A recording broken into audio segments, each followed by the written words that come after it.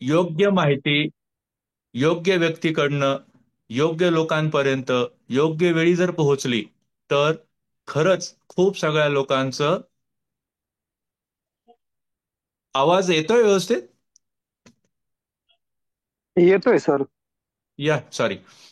So सांगायचा मुद्दा की योग्य माहिती योग्य व्यक्तींकडनं योग्य लोकांपर्यंत योग्य वेळी जर पोहोचली तर त्या व्यक्तींच्या आयुष्यामध्ये खरंच खूप सगळे चांगले बदल घडू शकतात. आणि दिव्यांग हा शब्द आजकाल अगदी न्यूजपेपर म्हणा किंवा थोडंफार काही पार्टींनी उचललेल्या राजकारणामुळे म्हणा अगदी सर्वसामान्य लोकांच्या सुद्धा कानावर पडतो. पण बऱ्याच जणांना प्रश्न पडतात की हे काय असतं, नेमकं काय आहे, कोणाला होतं, कशामुळे होतं, ह्याचे फायदे तोटे सर्व जे काही वेगळे वेगळे प्रश्न पडत असतात. तर त्या सर्व प्रश्नांची समर्पक उत्तरं देण्याचा आमचा प्रयत्न असेल. बरं, आजपर्यंतचे आमचे बरेच कार्यक्रम असे होते की आम्ही माहिती देत होतो आणि आमच्या मर्यादांमुळे म्हणा आम्हाला त्याला उत्तरं तुम्हाला खूप सगळे देता येत नव्हती. तर आज आम्ही जे एक्सपर्ट लोकांना बोलवलं आहे तर अगदी सरकार दरबारी या गोष्टींसाठी काय काय सुविधा आहेत, त्या आपल्याला कशा मिळवता येतील, त्या मिळवण्यासाठी काय काय करावं लागतं. तर हा जो मदत मिळण्याचा जो अँगल आहे किंवा हा जो एक नवीन मी म्हणेल की खूप मोठा सहभाग आपल्याला आज मिळणार आहे. तर या सर्व गोष्टींसाठी आम्ही हा आजचा कार्यक्रम घेत आहोत. तर यासाठी आपल्याला लाभलेले आहेत. सर्वात प्रथम तर मी ओळख करून देईल. खरं तर मला त्यांचं मेसेज पाहण्याची गरज नाहीये, पण तरी मी पाहतोय. आपले प्रमुख पाहुणे आहेत आज डॉक्टर निलेश जेजूरकर सर, जे की एमबीबीएसचं शिक्षण त्यांनी बीजे मेडिकल कॉलेजला घेतलेलं आहे. त्यानंतर पोस्ट ग्रॅज्युएशन त्यांनी औरंगाबाद किंवा आता जे आपलं संभाजीनगर आहे त्या शहरातनं त्यांनी पूर्ण केलेलं आहे. त्यानंतर त्यांचा जो अनुभव आहे आजपर्यंतचा 15 ते 18 वर्ष ते मानसिक आरोग्याच्या क्षेत्रात काम करत आहेत. नाशिकमधली मेडिकल कॉलेजेस यामध्ये त्यांनी रेसिडेंट्स म्हणून काम केलेलं आहे. नंतर प्रोफेसर ह्या पदावरती जाण्यापेक्षा त्यांनी सिव्हिल हॉस्पिटलचा रस्ता पत्करला, जेणेकरून ज्या लोकांना खरंच गरज आहे मानसिक आरोग्याची आणि ह्या गोष्टींसाठी तर तिथं त्यांना मदत व्हावी ह्या हेतूने त्यांनी ते जॉईन केलेलं. तर डिस्ट्रिक्ट मेंटल हेल्थ प्रोग्राम हा जो शासनाचा प्रोग्राम आहे त्याचे ऑलमोस्ट मी म्हणेल 10 वर्षांपेक्षा जास्त सर प्रोजेक्ट कोऑर्डिनेटर आहेत. त्यानंतर सिव्हिल हॉस्पिटल नाशिक, ज्यांनी सलग तिसऱ्यांदा ते चौथ्यांदा महाराष्ट्रातला 1 नंबर सिव्हिल होण्याचा मान मिळवलेला आहे. तर त्यातल्या सायकॅट्री विभागाचे किंवा मनोविकार विभागाचे ते प्रमुख एचओडी म्हणून सुद्धा त्यांनी काम केलेलं आहे. आणि अ, आपले जे टाटा कन्सल्टन्सी सर्व्हिसेस किंवा युनिसेफ ह्या ज्या मोठ्या मान्यवर संस्था आहेत यांच्यातर्फे जे समाजामध्ये वेगवेगळ्या CSR कम्युनिटी सोशल रिस्पॉन्सिबिलिटीज ह्या ज्या ऍक्टिव्हिटीज होतात त्याच्यामध्ये सर खूप सक्रिय असतात. वेगवेगळ्या प्रोजेक्ट्समध्ये सर लीड करत असतात, त्यांना गायडन्स देत असतात. तर असं बहुआयामी बहुश्रुत असं व्यक्तिमत्व आपल्याला लाभलेलं आहे. आणि सगळ्यात महत्वाचं की ते एक छान लेखक आहेत, एक अफलातून वक्ते आहेत. तुम्हाला आज त्याची झलक मिळेलच. आणि सर्वात महत्वाचं ते खूप छान कविता सुद्धा करतात. तर असे सर्व जे काही मिळालेलं आहे तर मी डॉक्टर निलेश जेजूरकर सरांचं स्वागत करतोय. दुसऱ्या हॅलो दुसरे जे वक्ते आहेत आपल्या डॉक्टर अनिता नागरगोजे दौंड, या लिटल माइंड्स डेव्हलपमेंट सेंटर या नाशिक मधलं जे सेंटर आहे मुलांसाठी, मुलांच्या चाइल्ड सायकॅट्री मधलं एक्सक्लुझिव्ह सेंटर आहे. याचबरोबर त्या अडगाव मेडिकल कॉलेज इथे असोसिएट प्रोफेसर म्हणून सुद्धा काम करतात आणि आपण याआधी बऱ्याच वेळा त्यांना ऑनलाईन ऐकलेलं आहे. तर आज दिव्यांग किंवा डिझॅबिलिटी ह्या गोष्टींवरती आपण माहिती घेणार आहोत. मग आजचाच दिवस का, 3 डिसेंबरच का? तर युनिसेफने 3 डिसेंबरला वर्ल्ड डिझॅबिलिटी डे असं म्हणूया आपण हवे तर. बेसिकली हे डे का साजरे केले जातात? तर जसा आजचा हा कार्यक्रम आपण करतोय की समाजामध्ये जनजागृती व्हावी, काय काय सुविधा उपलब्ध आहेत त्या लोकांपर्यंत पोहोचाव्या, मदत कुठे मिळते हे लोकांना कळावं, ती कशा प्रकारे घेता येते हे कळावं. हे झालं त्या कुटुंबासाठी. पण सगळ्यात महत्वाचं, ज्या व्यक्तींना असे त्रास आहेत तर त्यांच्यामधला आत्मविश्वास वाढवणं, त्यांना समाजामध्ये योग्य तो मान सन्मान मिळणं, फक्त एक दिव्यांग असलेली व्यक्ती किंवा काहीतरी स्पेशल ॲबिलिटी असलेलं मूल असं पाहण्यापेक्षा त्यांच्याकडे एक छान बाकीच्या व्यक्तिमत्वांकडे आपण जसं पाहतो तसं पाहता येणं, हा समाजाचा दृष्टिकोन बदलणं, ह्या सगळ्या गोष्टींसाठी युनिसेफनी पुढाकार घेऊन हा आजचा दिवस सुरू केलेला आहे. आणि मग दरवर्षी युनिसेफ आपल्याला काही थीम देतं. थीम म्हणजे काय, की तुम्ही ह्या वर्षी कशावरती जनजागृती करायची आहे. तर ह्या वर्षीची थीम आहे आपली, की समावेशक आणि शाश्वत भविष्यासाठी अपंग व्यक्तींमध्ये नेतृत्व वाढवणे. म्हणजे ह्या लोकांकडे फक्त एक आजारी, काहीतरी कमकुवतपणा असलेले किंवा काहीतरी कमी असलेले असा जो एक समाजाचा एक मी म्हणजे स्टिरियोटिपिकल म्हणतो पूर्वग्रह दूषित दृष्टिकोन आहे, यातनं बाहेर येऊन त्यांच्यामध्ये सुद्धा नेतृत्व गुण विकसित करणं आणि त्याच्यासाठी जी काही योग्य ती मदत असेल ती करणं, ह्यासाठी ही अशी थीम यावर्षीची आहे. मग एक जगातली ना जी व्हील चेअरची रेस असते आजकाल ना, मॅरेथॉन सगळ्यांना माहिती आहे, अल्ट्रा मॅरेथॉन माहिती आहे, ट्रायथलॉन माहिती आहेत, तशी ना व्हील चेअरची सुद्धा रेस असते. आणि त्यामधले जे विनर आहेत ना, त्यांचं नाव आहे की रॉबर्ट हेन्सेल. आणि त्यांचं एक खूप फेमस वाक्य आहे की मला लोकांनी एक दिव्यांग म्हणून न ओळखता एका जागतिक शर्यतीचा विनर किंवा विजेता म्हणून ओळखावं. तर यातनं सुद्धा त्यांचं नेतृत्व गुण आपल्याला दिसत आहेत किंवा लक्षात येत आहेत. ह्या सर्व गोष्टींना घेऊन प्रस्तावना खूप न लांबवता मी आपल्या इन्फॉर्मंट्सचं म्हणूया, मॉडरेटर्सचं म्हणूया किंवा मेन रिसोर्स पर्सन्सचं मी स्वागत करतोय आणि त्यांच्याकडे मी जाणार आहे. तर मी निलेश जेजूरकर सरांचं पुनश्च एकदा स्वागत करतोय. सर, आपलं स्वागत आहे. धन्यवाद नितेश. येस. आणि डॉक्टर अनिता मॅमचं सुद्धा मी स्वागत करतोय. तर आम्ही हा धन्यवाद. प्रश्न, या प्लीज, प्रश्नोत्तरासारखं केलेलं आहे. तुम्हा श्रोत्यांचे सुद्धा काही प्रश्न असतील, अगदी हक्कानी कमेंट्स मध्ये विचारा, आम्ही त्याचाही विचार करू नक्कीच.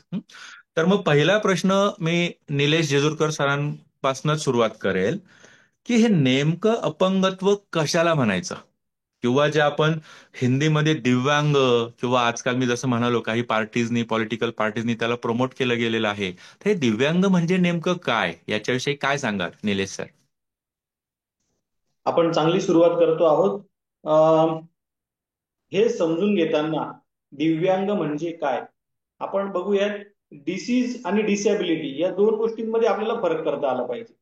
डिसीज म्हणजे काय, तर एखादा आजार ज्या वेळेला आपल्याला होतो त्यावेळेला त्या आजारावर उपचार करून आपण पुन्हा पूर्ववत परिस्थितीला पोहोचू शकतो, किंवा आपल्याला जे दैनंदिन आयुष्य जगण्यासाठी जे काही ज्ञानेंद्रिय असतील किंवा आपल्याला जे आपले विविध अवयवांचा आपण वापर करतो, उदाहरणार्थ बघण्यासाठी आपण आपल्या डोळ्यांचा वापर करतो, कानांचा वापर करतो, आपण बोलण्यासाठी आपल्या वाचा, लॅरिंग्स याचा वापर करतो, विविध कामं करत असताना आपण आपल्या बुद्धीचा वापर करतो, आपल्या हातापायांचा वापर करतो. तर ह्याचा वापर करत असताना काही प्रसंगी काही विशिष्ट काळासाठी आपल्याला त्याच्यामध्ये अडथळा येऊ शकतो. उदाहरणार्थ पायाला फ्रॅक्चर झालं, हा टेम्पररी प्रॉब्लेम आहे. पायाचं हाड आपण फ्रॅक्चर दुरुस्त झाल्यानंतर पाय आपला परत पूर्ववत आपण वापरू शकतो. तसंच एखाद्या आजारामध्ये आपल्याला आपल्या डोळ्यांनी, उजव्या डोळ्याने इन्फेक्शन झालं, सिव्हिअर इन्फेक्शन झालं, तात्पुरतं आपल्याला उजव्या डोळ्याने दिसत नाहीये, तर हा टेम्पररी प्रॉब्लेम आहे, याला आपण डिसीज म्हणू शकतो. पण काही प्रसंगांमध्ये किंवा काही व्यक्तींमध्ये त्यांना त्यांच्या त्या अवयवाचा 100% पूर्णपणे वापर करता येत नाही. आणि मग हा ज्या वेळेला वापर करता येत नाही त्याच्यावरती कुठलाही उपचार उपलब्ध नाही. आणि मग इतरांच्या तुलनेमध्ये ज्या वेळेला त्यांना त्याचा 100% वापर करता येत नाहीये त्यावेळेला आपण म्हणतो की इथे त्यांची ॲबिलिटी थोडीशी कमी झालेली आहे. The ability to use that organ जी आहे ती कमी झालेली आहे, म्हणून आपण त्याला डिसॲबिलिटी म्हणतो. खूप शब्दांची उत्पत्ती जरी आपण बघितली तरी आपल्याला थोडं थोडं लक्षात येतं. इज म्हणजे स्वस्थ वाटणे, आणि ज्या वेळेला आपल्याला स्वस्थ वाटत नाही त्यावेळेला आपण म्हणतो डिस इज. तसं ॲबिलिटी आणि त्याच्या जगण्याच्या ॲबिलिटीवर ज्या वेळेला त्या गोष्टीमुळे परिणाम होतो त्यावेळेला आपण म्हणतो की ही डिसॅबिलिटी आहे. आणि आपण पूर्वी बऱ्याच कालावधीसाठी, जसं आपण मानसिक आरोग्यामध्ये म्हटलं तर आपण मतिमंदत्व हा शब्द आपण वापरत होतो. तर आता तसं न वापरता आपण मानसिक दिव्यांग, बौद्धिक दिव्यांग असे शब्द आपण वापरत आहोत. मेंटल रिटार्डेशन न वापरता इंटेलेक्च्युअल डिसेबिलिटी हा शब्द आपण आता तिथे वापरत आहोत.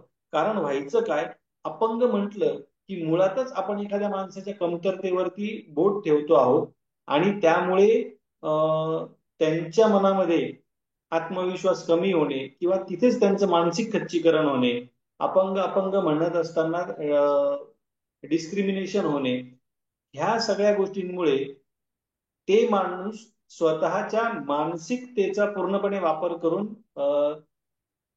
त्यांना दैनंदिन जगण्यामध्ये अडचण येत होती. त्यामुळे कुठेतरी हिणवल्याची भावना त्यांच्यामध्ये निर्माण होत होती. त्यामुळे तसं न करता त्यांना आपण डिसॅबिलिटीचं वेगळ्या पद्धतीने आपण बघत आहोत. They are differently abled. म्हणजे आपण जर त्यांना काही करू शकलो, त्यांच्यासाठी काही करू शकलो, तर मला असं वाटतं की they are able to do and they are able to live their normal life but differently than the common population. So we are not calling them any more अपंग. त्यांना अपंग न म्हणता आपण त्यांना दिव्यांग म्हणतो आहोत. एका वेगळ्या पद्धतीने ते त्यांच्या इतर अंगांचा वापर करून आपल्या सगळ्यांसारखं नॉर्मल आयुष्य जगू शकतात. तिथे आपण त्या अपंग शब्दाला बदलून दिव्यांग हा शब्द आता आपल्या या सगळ्या बांधवांसाठी वापरत आहोत. येस, नक्कीच. म्हणजे अगदी सोप्या भाषेत, की कुठलाही अवयव जेव्हा त्याच्या पूर्ण क्षमतेने वापरता येत नाही, म्हणजे त्याची ॲबिलिटी जी कमी होते, ह्याला आपण डिझॅबिलिटी म्हणतोय. आणि दिव्यांग म्हणजे नकारात्मकतेपेक्षा सकारात्मकता ह्या शब्दांमधनं आपल्याला पुढे प्रमोट करायचे आहे, म्हणून हे शब्द आलेले आहेत. मग माझा दुसरा प्रश्न डॉक्टर अनिता मॅडमसाठी आहे, की मग हे दिव्यांग काय असतं हे तर कळालं, पण यामध्ये नेमके मग कुठले कुठले आजार येतात किंवा कुठल्या कुठल्या श्रेणी आहेत, याविषयी आम्हाला काही माहिती मिळेल का? नक्कीच. कारण जेव्हा RPWD ऍक्ट आला, म्हणजेच पर्सन विथ डिसॅबिलिटी साठी जो रिवाइज ऍक्ट आला 2016 मध्ये, तर पूर्वी या अ, अपंगत्वामध्ये जे प्रकार होते ते फक्त 14 होते आणि आता ते वाढवून 21 प्रकार इन्क्लूड केलेले आहेत. आणि त्यामध्ये काही शारीरिक अपंगत्व आहे, काही बौद्धिक अपंगत्व आहे, मानसिक अपंगत्व आहे, काही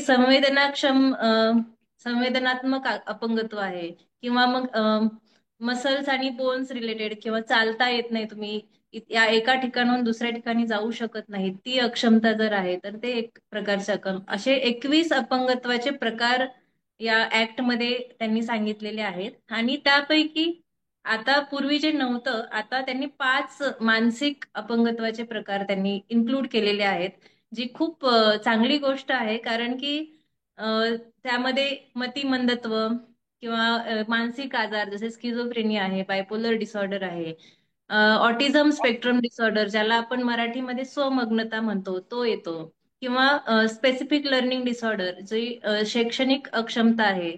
आणि असे मानसिक आजार इन्क्लुडेड आहेत.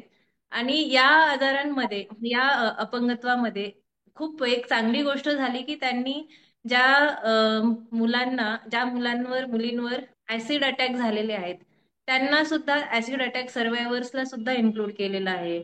किंवा चालण्यामध्ये, म्हणजे नंतर ऍक्सिडेंट झाला किंवा पॅरालिसिस झाल्यानंतर तुमच्या शरीराची अक्षमता आहे तर ते पण इन्क्लूड केले. तर असे 21 आजार इन्क्लूड केले आहेत. त्याचे स्पेसिफिक मेडिकल तपासणी होते आणि त्यानुसार मग त्याला पर्सेंटेजनी डिवाइड केलं जातं. मग काही अपंगत्व हे परमनंट प्रकारचे असतात, की यामध्ये अजून काही बदल होत नाहीत, आणि काही अपंगत्व हे टेम्पररी प्रकारचे असतात किंवा प्रोग्रेसिव्ह म्हणतो आपण, ज्यामध्ये आता या क्षणाला जर फॉर एक्झाम्पल 40% डिसॅबिलिटी आहे, 40% अपंगत्व आहे, तर ते प्रोग्रेसिव्ह असू शकतं की नसू शकतं. म्हणजे याच्यात सुधारणा होईल किंवा अजून खराब होईल, हे एक त्या पद्धतीमध्ये येतं. म्हणून त्या प्रकारानुसार त्यांना तशा गव्हर्नमेंटच्या सुविधा मिळतात आणि त्या प्रकारानुसारही आपण त्यांना घेऊ शकतो. त्यांचे प्रॉब्लेम्स त्या प्रकाराने वेगवेगळे असतात.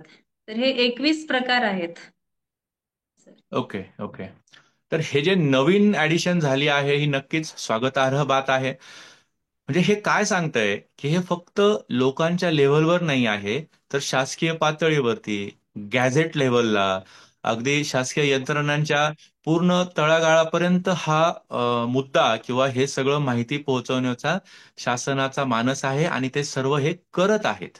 म्हणजे बऱ्याच गोष्टी आपल्याला माहित पण नाहीयेत तरी शासन करतंय. बऱ्याच वेळा आपल्याकडे लोकांच्या ना शासनाविषयी चुकीच्या धारणा असतात की काही होत नाहीये, काही होत शकत नाहीये. असं नाहीये. त्या त्या लेव्हलला, त्या त्या पातळीला, त्या त्या प्रमाणात सर्व गोष्टी होत आहेत. तर आपण त्याविषयी सुद्धा माहिती घेणारच आहोत. तर आपण पुढचं प्रश्न मी निलेश सरांना विचारेल की मग हे अपंगत्वाचे जसे मॅडमनी 21 प्रकार सांगितले, तर नेमकं हे किती कॉमन आहे, किती प्रमाणामध्ये आढळतं? एक सर्वसामान्यपणे आपल्या आजूबाजूला जेव्हा आपण समाजामध्ये पाहतो, तर ह्याचं किती प्रमाण आहे याविषयी काय बोलाल निलेश सर? यामध्ये काही ठळक प्रमाणामध्ये आपल्याला जाणवणारे जे प्रकार आहेत, उदाहरणार्थ शारीरिक दिव्यांग जर असतील, अपघातामध्ये जर एखादा हात पाय निकामी झाला असेल किंवा डोळ्याचा प्रॉब्लेम असेल, तर हे स्पष्टपणे आपल्याला आजूबाजूला आपल्या फिरताना आपल्याला दिसतात आणि आपल्याला त्यांना ओळखता येतं.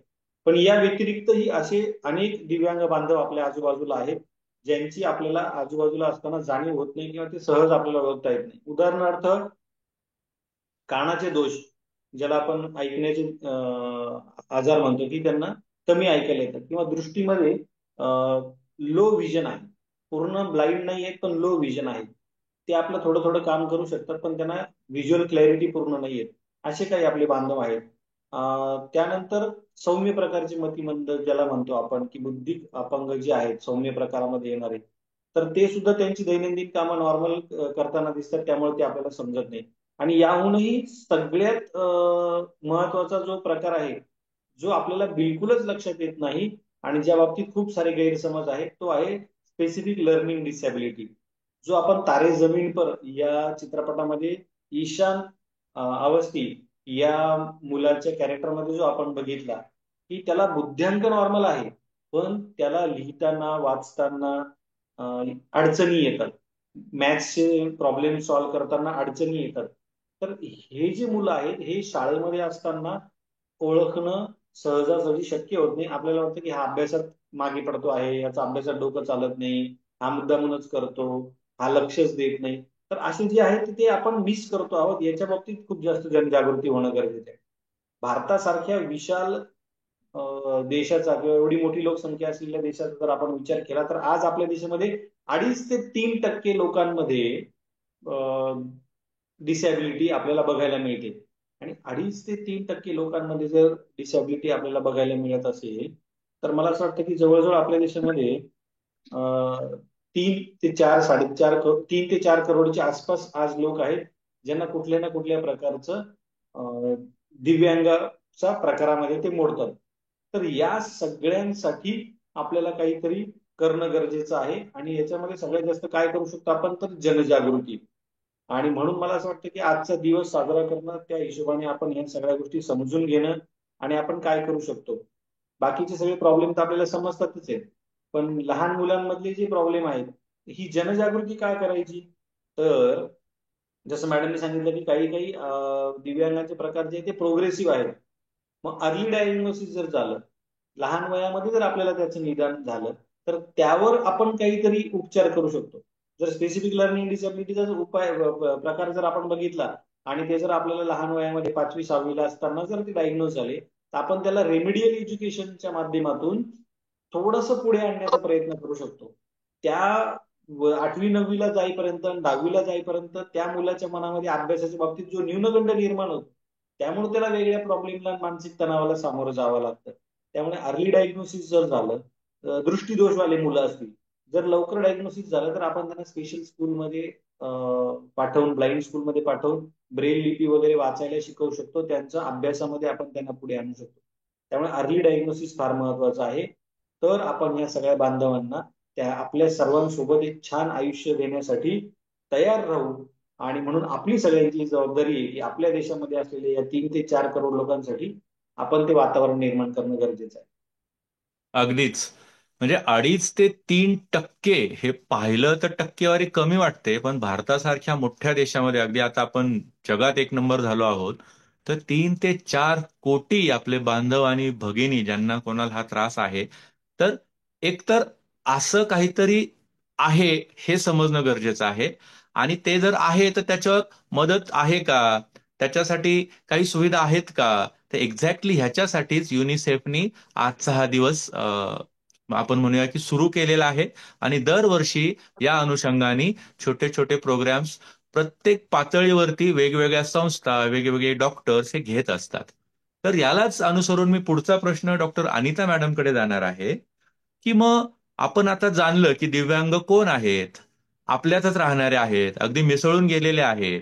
पण मग ज्यांना स्पेशली एबल्ड आहेत, त्यांना काही गोष्टी व्यवस्थित अवयव म्हणा किंवा काही फंक्शन्स व्यवस्थित वापरता येत नाहीयेत, तर अशा व्यक्तींसाठी सरकारने काही अधिकार दिलेले आहेत का?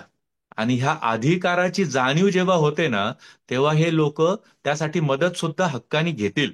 तर या अधिकारांविषयी आपण जाणूया डॉक्टर अनिता मॅडमकडनं. ही एकदम बरोबर बोलले तुम्ही की अधिकाराची जाणीव जोपर्यंत आपल्याला होत नाही तोपर्यंत हे मागण्यासाठी आपण तयार नसतो. त्यामुळे अधिकार जाणून घ्यायला पाहिजे. आणि गव्हर्नमेंट किंवा आपण एक ह्युमन बिईंग, एक माणूस म्हणून आपल्याला जर जगण्याचा अधिकार आहे, मानव आपण जन्माला आलो आणि तर माणूस म्हणून ज्या गोष्टी आपल्याला अधिकार मिळेल, ह्युमॅनिटी राईट जो आहे तोच दिव्यांग व्यक्तींना सुद्धा का नसावा.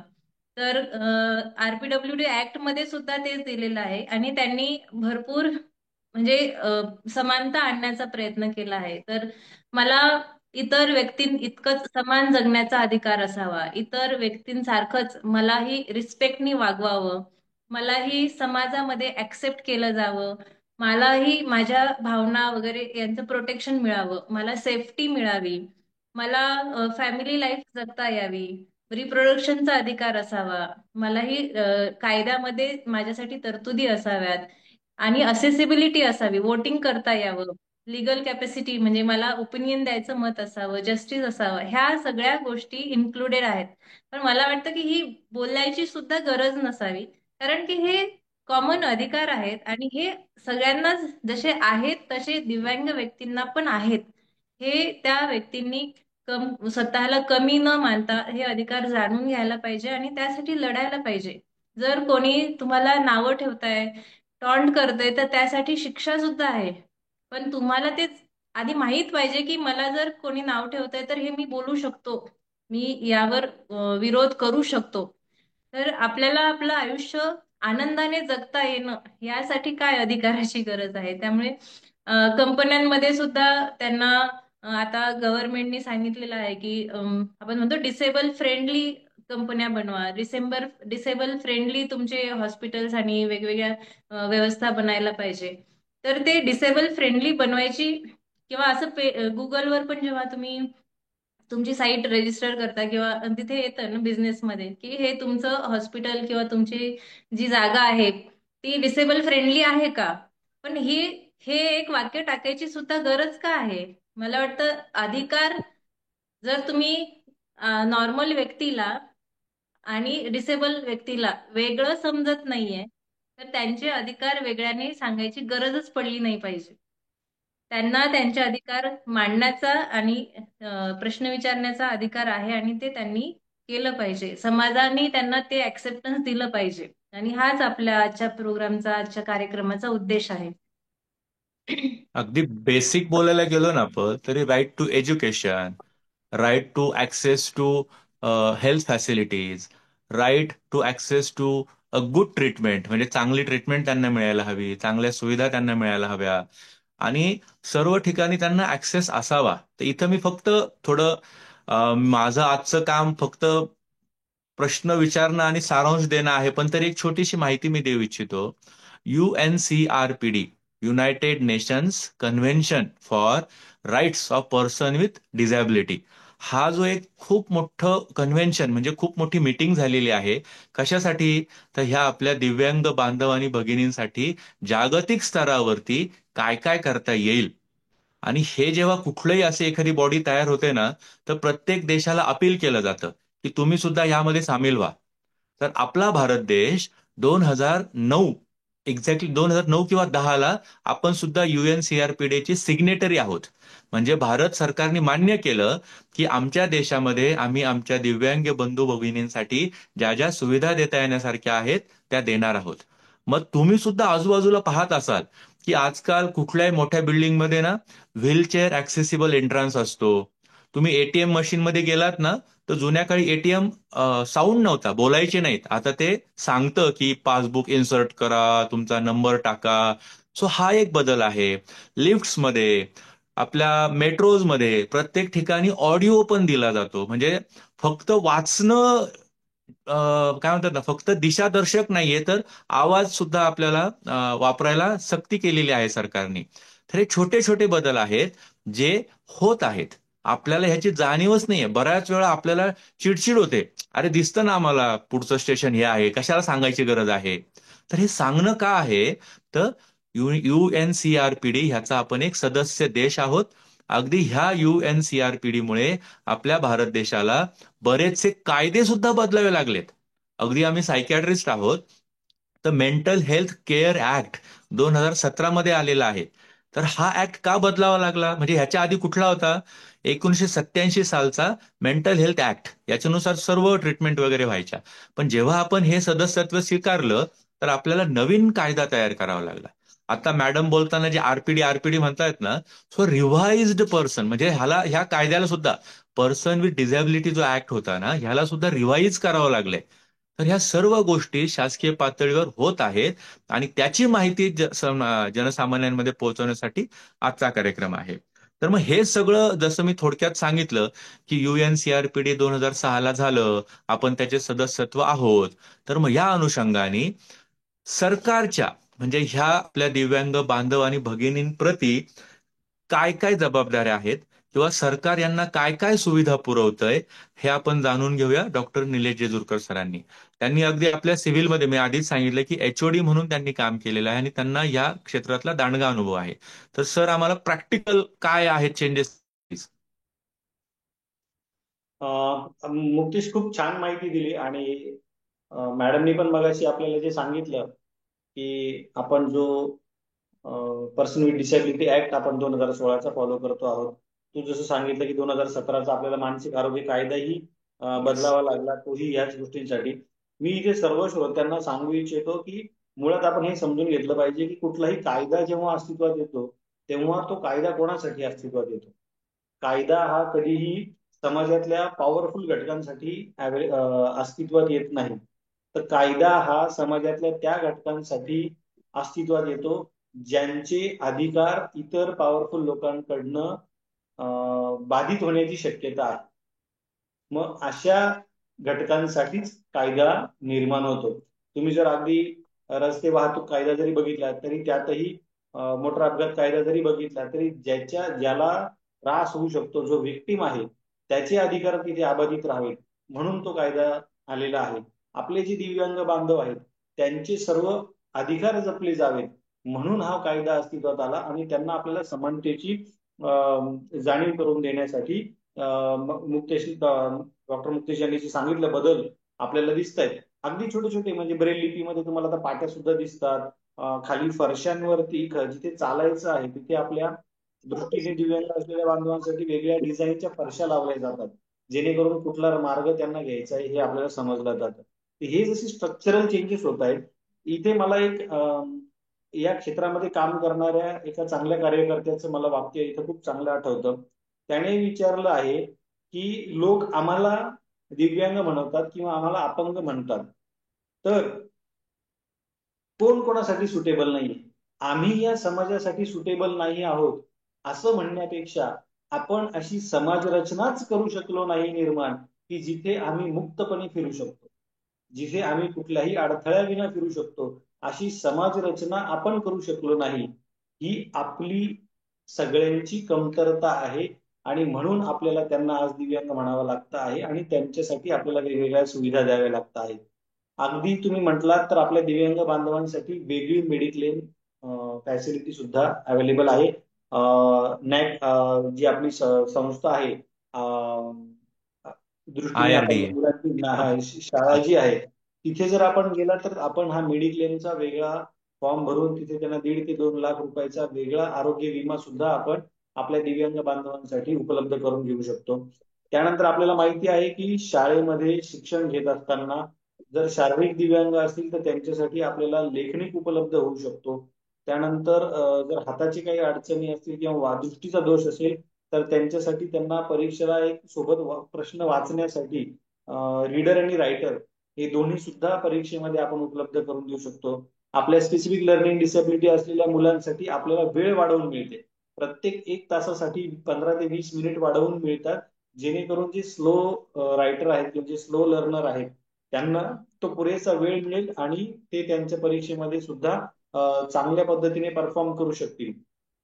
त्यानंतर आपल्याला नोकरीमध्ये रिझर्वेशन आपण दिलेलं आहे की केवळ कुठल्या तरी अपंगत्वामुळे दिव्यांग असल्यामुळे जर त्यांचा परफॉर्मन्स कमी होत असेल परीक्षेतला तर ते नोकरीपासून वंचित राहू नये आणि त्यांचं आर्थिक सबलीकरण व्हावं, तिथेही त्यांना आधार मिळावा म्हणून आपण नोकरीमध्ये सुद्धा या घटकांना रिझर्वेशन दिलेलं आहे. या व्यतिरिक्त आपल्या घरामध्ये जर कोणी दिव्यांग व्यक्ती असेल तर इन्कम टॅक्सच्या कायद्यानुसार आपल्याला तिथे इन्कम टॅक्स मध्ये सुद्धा सवलत मिळण्याचं प्रयोजन उपलब्ध आहे. आणि सरकारी जे पेन्शन धारक आहे, अर्थात 2005 नंतर आलेले जे कोणी नोकरीत आहेत सरकारी नोकरी त्यांना तर पेन्शन नाहीये, पण त्या आधी जे कोणी नोकरीत लागलेले आहेत आणि ज्यांना कोणाला पेन्शन आहे ते त्यांच्या पेन्शनला वारस म्हणून त्यांच्या जोडीदारानंतर त्यांच्या दिव्यांग पाल्याचं नाव टाकू शकतात. कारण जो पाल्य दिव्यांग असल्यामुळे पूर्णपणे आपल्या पालकांवर अवलंबून आहे आणि जो त्याचा स्वतःचा चरितार्थ चालवण्यासाठी समर्थ नाही, अशा पाल्यांसाठी ही सुविधा आहे की त्यांना त्यांच्या आईची किंवा वडिलाची जी पेन्शन असते ती त्यांच्यानंतर सुद्धा पुढे चालू राहू शकते. यामुळे त्यांना आर्थिक आधार मिळतो. या व्यतिरिक्त तुम्हाला बसमध्ये रिझर्वेशन आहे, रेल्वेमध्ये रिझर्वेशन आहे.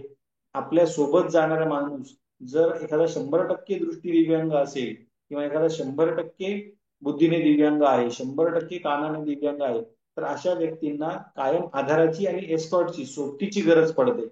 तर त्यांच्या सोबत असणाऱ्या माणसाला सुद्धा रिझर्वेशन मध्ये सवलत मिळण्याचं प्रयोजन आहे. या व्यतिरिक्त आपण जिथे राहतात त्या महानगरपालिका, त्या ग्रामपंचायती यांच्या इथे त्यांनी स्वतःचे दिव्यांग बांधवांसाठी काही पेन्शन स्कीम सुरू केलेल्या आहेत, जेणेकरून त्यांना त्यांच्या महिन्याच्या खर्चासाठी थोडासा, पूर्ण आर्थिक फार मिळत नाही पण थोडासा का होईना आर्थिक मदत मिळेल अशी सुविधा आपल्याला या सगळ्या ठिकाणी मला असं वाटतं की बघायला मिळते. आणि हे सगळं जे चाललेलं आहे ते त्यांना आपल्याला त्यांचं सामाजिक, आर्थिक आणि मानसिक खच्चीकरण होऊ नये आणि त्यांना आपण समानतेने कुठेतरी आपल्या सोबत मुक्त जीवन जगण्यासाठी मदत करू शकू, यासाठी अशा खूप साऱ्या सुविधा सरकारी पातळीवर उपलब्ध आहेत.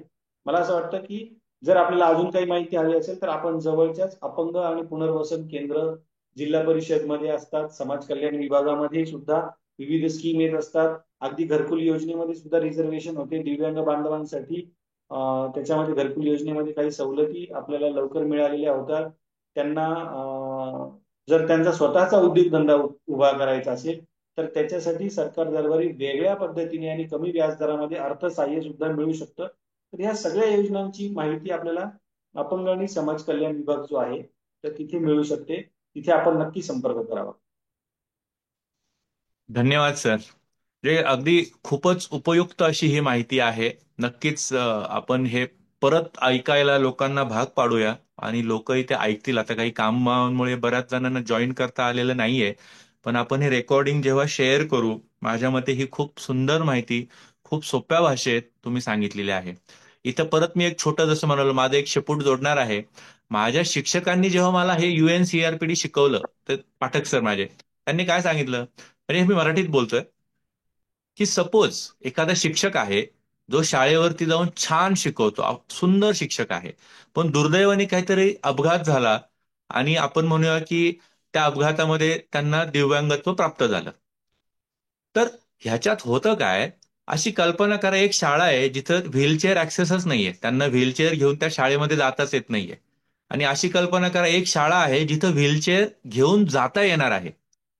तर सरांनी जे सांगितलं की सोशल डिझॅबिलिटी, म्हणजे आपण असा समाजच निर्माण करू शकलेलो नाहीये की त्यामध्ये ह्या दिव्यांग बंधू भगिनींना काहीतरी अडचणी येतील बाबा. तर अशी कल्पना करा की ते व्हीलचेअर ऍक्सेसिबल असेल, शिक्षक आहेत, त्यांना काही अडचण येणार आहे का? नाही. पण व्हीलचेअर ऍक्सेस नसेल, नक्कीच अडचण येणार आहे. तर हे झालं सोशल डिझॅबिलिटी. आणि सरांनी बाकी जे सरकारी कार्यक्रमांविषयी जी माहिती दिली आहे, खरंच खूप सुंदर आहे. अगदी माझ्यासाठी सुद्धा बरीच नवीन माहिती आहे. तर आपण ह्याच्यासाठी सुद्धा काही आणखी माहिती असेल, काही वेबसाईट्स असतील, तर आम्ही तुम्हाला नक्कीच प्रोव्हाइड करू. खूप छान सर, निलेश सर. मग यालाच अनुषंगाने मग आपण पुढे जाणार आहोत की दिव्यांग बंधू भगिनी आहेत, पण आपण जे म्हणू की अगदी लहानपणामध्ये, की अशा मुलांशी आपण जेव्हा एक पालकाच्या भूमिकेतनं जातो, तर त्यावेळेस नक्कीच खूप हे डिमांडिंग असतं, चॅलेंजिंग असतं. तर आपल्या डॉक्टर अनिता मॅडम ह्या चाइल्ड सायकॅट्रिस्ट म्हणून काम करतात आणि पॅरेंटिंग वरती सुद्धा त्यांनी वर्कशॉप घेतलेले आहेत. तर अगदी मी त्यांनाच विचारेल की अशा मुलांना सांभाळताना काय काय अडचणी येतात आणि त्याच्यावरती काय तुम्ही एक सल्ला म्हणेल मी, किंवा काय एक उपदेश, माहिती लोकांना द्या प्लीज, आपल्या श्रोत्यांना द्या. Doctor Anita ma'am. अं, लग्न झाल्यावर प्रत्येक मुलीचं किंवा प्रत्येक दाम्पत्याचं स्वप्न असतं की मला एक छान मूल असेल, घर असेल. आणि ते स्वप्न जेव्हा डायग्नोसिस कळतं, त्यांना कळतं की आपल्या मुलाला काहीतरी अपंगत्व आहे, दिव्यांग आहे तो, ते स्वप्न एकदम भंग झाल्यासारखं वाटतं त्यांना. आणि त्या मेंटल याच्यामध्ये, त्या ऍक्सेप्टन्स मध्ये जात नाहीत लवकर. मग त्यावेळी त्यांना वाटतं की हे नॉर्मल नाहीये. आणि मला आता नॉर्मल भावना, नॉर्मल जगता येईल का? मला सगळ्यांपासून जपून राहावं लागेल, मला सर्वांपासून लपून राहावं लागेल, मला बाहेर माझी सोशल लाईफ राहील का, माझी स्वतःची मानसिक स्थिती चांगली राहील का? मग हे स्वतःचे प्रश्न तर असतातच, पण पुढे जाऊन की जेव्हा तुम्ही त्या मुलांना वाढवता, मग ती मुलं, त्यांच्या डिमांड्स वेगळ्या असतात. मग त्या बौद्धिक जर अपंगत्व, दिव्यांगत्व असेल तर त्यावेळी वेगळ्या असतात. आणि त्या सगळ्या डिमांड पूर्ण करता करता जी धावपळ झालेली असते आईची किंवा त्या कुटुंबाचीच पूर्ण म्हणेल, तर ती पण खूप प्रॉब्लेम असतो. जर वर्किंग वुमन असेल तर तिला तिचं काम सोडावं लागतं, घरी त्या मुलांसाठी पूर्ण वेळ द्यावा लागतो. आणि असं हे फक्त वर्कशी रिलेटेड नसून याच्यामध्ये तुम्ही जेव्हा गोळ्या औषधं सुरू करता, थेरपी सुरू करता, जेव्हा वेगवेगळ्या डॉक्टरांना भेटतो आपण, आणि होप असते, कुठेतरी आशा असते की मी याच्याकडे जाईल, त्याच्याकडे जाईन तर आणि माझं मूल बरं होईल. तर ह्या सगळ्या टेन्शन मध्ये सतत ते कुटुंब असतं. यामध्ये अ, व्यवस्थित तो ती मॅनेजमेंट किंवा ती ट्रीटमेंट व्यवस्थित निवडणं, आणि त्यात कोणत्याच फसव्या यांना बातम्यांना न फसणं. अ, आणि जेव्हा शाळा निवडायची आहे तेव्हा शाळेमध्ये कोणत्या शाळेमध्ये टाकावं, शाळेत हा बसेल का, किंवा शाळेमध्ये माझ्या मुलाला ऍक्सेप्ट केलं जाईल का, त्याला नॉर्मल आयुष्य जगता येईल का, त्याला फ्रेंड्स बनतील का, इतर मुलं त्यांना त्याची टिंगल उडवतील का, त्याला ऍडजस्ट होता येईल का, ही एक समस्या असते. बाहेर कुठेही गेलं किंवा घरामध्ये जरी ठेवलं तरी त्याच्या सेफ्टीचा एक प्रश्न असतो की याला सुरक्षित कसं ठेवायचं. मग ती फक्त फिजिकल सेफ्टी नाही तर, म्हणजे त्याला लागेल, पडेल, धडेल वगैरे हे तर आहेच, पण मेंटल सेफ्टी की त्याला काय वाटेल.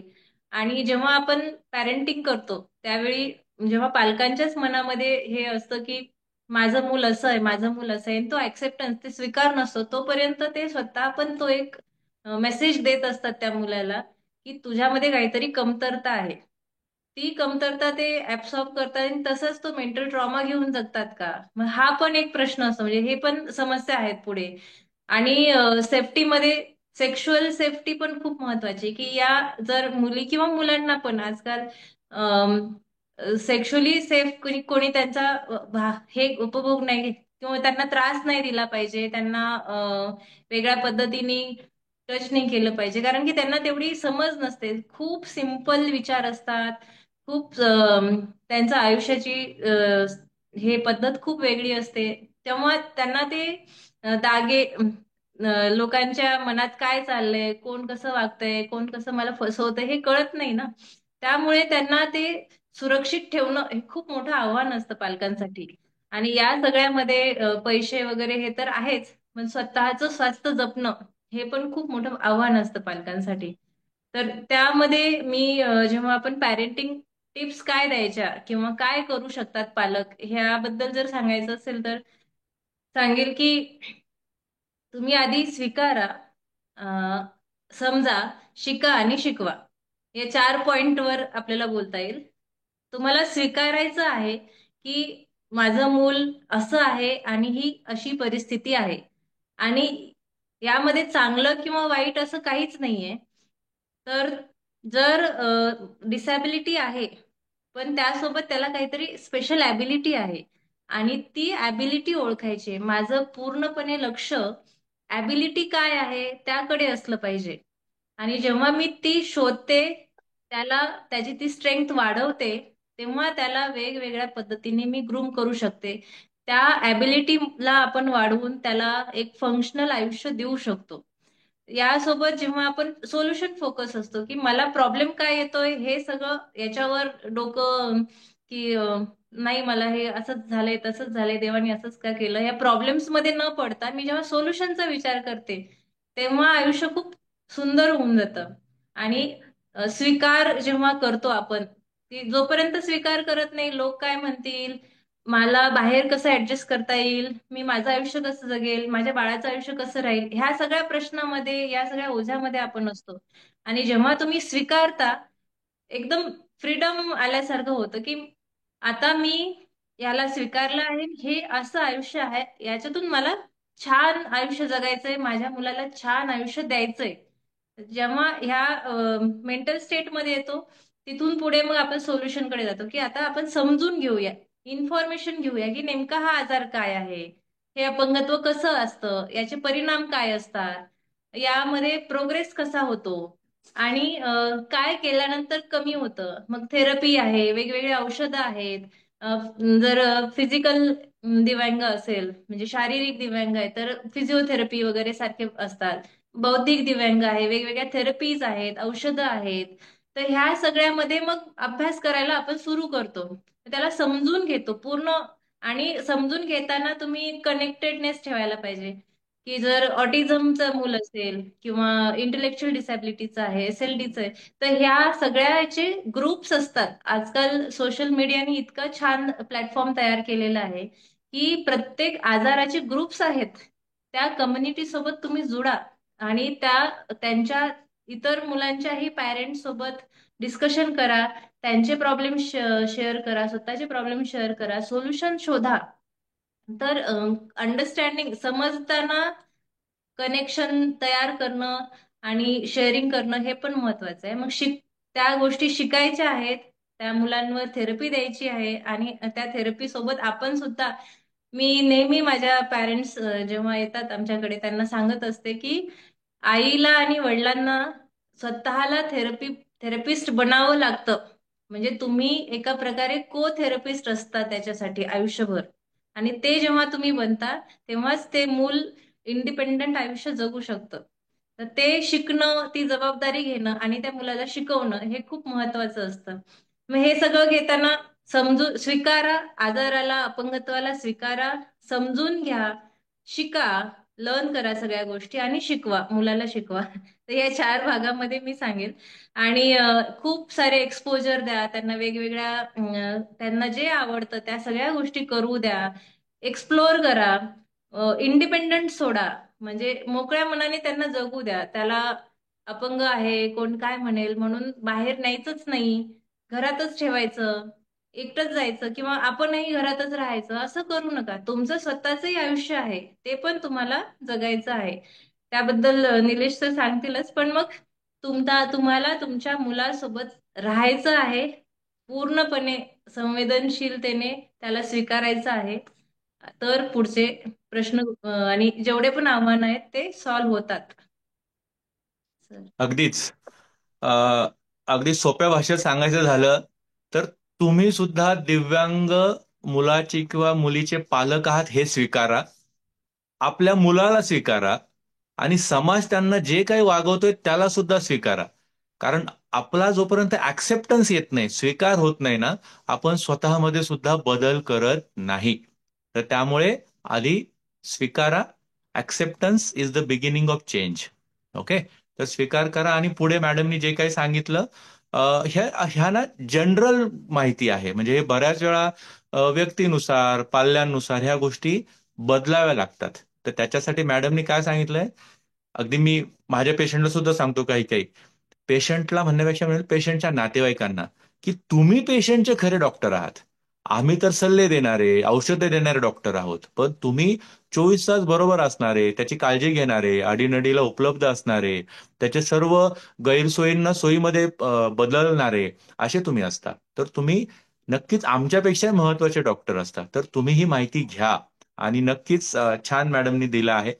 मग आता आपण जसं पालकांची आव्हानं मॅडमनी सांगितली, तसं निलेश सरांना जे काम केलं आहे, ज्या वेगळ्या दिव्यांग बंधू भगिनींबरोबर त्यांनी मी म्हणेल संवाद केलेला आहे, तर त्यातनं त्यांना बऱ्याच अशा अडीअडचणी कळाल्या असतील की आपले ते बंधू भगिनी त्यातनं जात आहेत.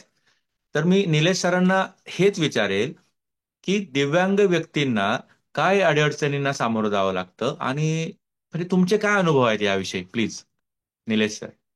अं, वेगवेगळ्या दिव्यांग व्यक्तींची वेगवेगळी आव्हानं आहेत.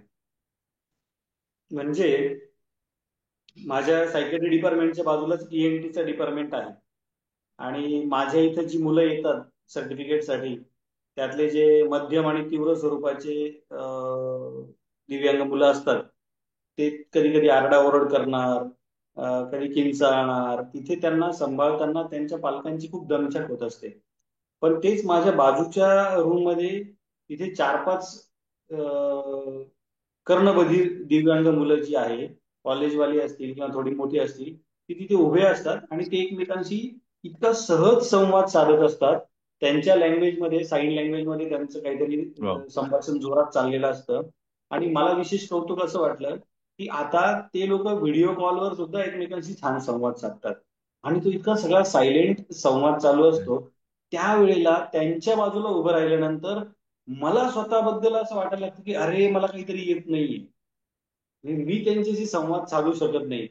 These people have something different. Wow. त्यांच्याकडे छान. वेगळी ॲबिलिटी आहे जी माझ्याकडे नाहीये. तिथे मी स्वतःमध्येच मला असं वाटतं, अरे, मला हे येत नाही. अं, ही एक वेगळीच भावना आपल्यामध्ये निर्माण होते. आणि मग मला लक्षात येतं की त्यांना रोज जगताना किती वेगळ्या वेगळ्या आव्हानांना सामोरं जावं लागतं. म्हणजे त्याला जर सांगायचं की अमुक एका स्टॉपला मला उतर, आणि त्या कंडक्टरला ती भाषाच समजत नाहीये की कुठे उतर. याची बुद्धी नॉर्मल आहे, याला सगळं कळतंय, हा इंडिपेंडेंटली फिरतोय, सगळं वाचू शकतो. केवळ त्याला सांगता येत नाही की कुठं उतरायचं आहे. पण मला असं इथं वाटतं की तो सांगतो आहे, पण समजून घेणाऱ्याला ते समजतच नाहीये की याला उतरायचं कुठे, तिकीट कुठलं द्यायचं. तर मला असं वाटतं की हे खूप सिंपल रोजच्या जगण्यातलं उदाहरण आहे की त्यांच्या समोर अशी पदोपदी वेगळी वेगळी आव्हानं येत असतात. आणि साधा कम्युनिकेशनचा एक छोटासा प्रॉब्लेम त्यांना येऊ शकतो. अचानक रस्त्याने चालत असताना आपण, आज आपल्याला कुठेही वाटलं पाऊस पडतोय, थंडीचं वातावरण आहे, तुम्हाला पब्लिक टॉयलेट शोधायचं म्हटलं तर तुम्ही पटापटा इकडे तिकडे कुठेतरी जातात. माझ्या शरीराने दिव्यांग असलेल्या बांधवांना ती अडचण येते की मी पटकन जाणार कुठे, माझ्यासाठी तिथे आत चढायची उतरायची सोय आहे का. इथपासून सगळ्या गोष्टींना त्यांना फेस करावं लागतं.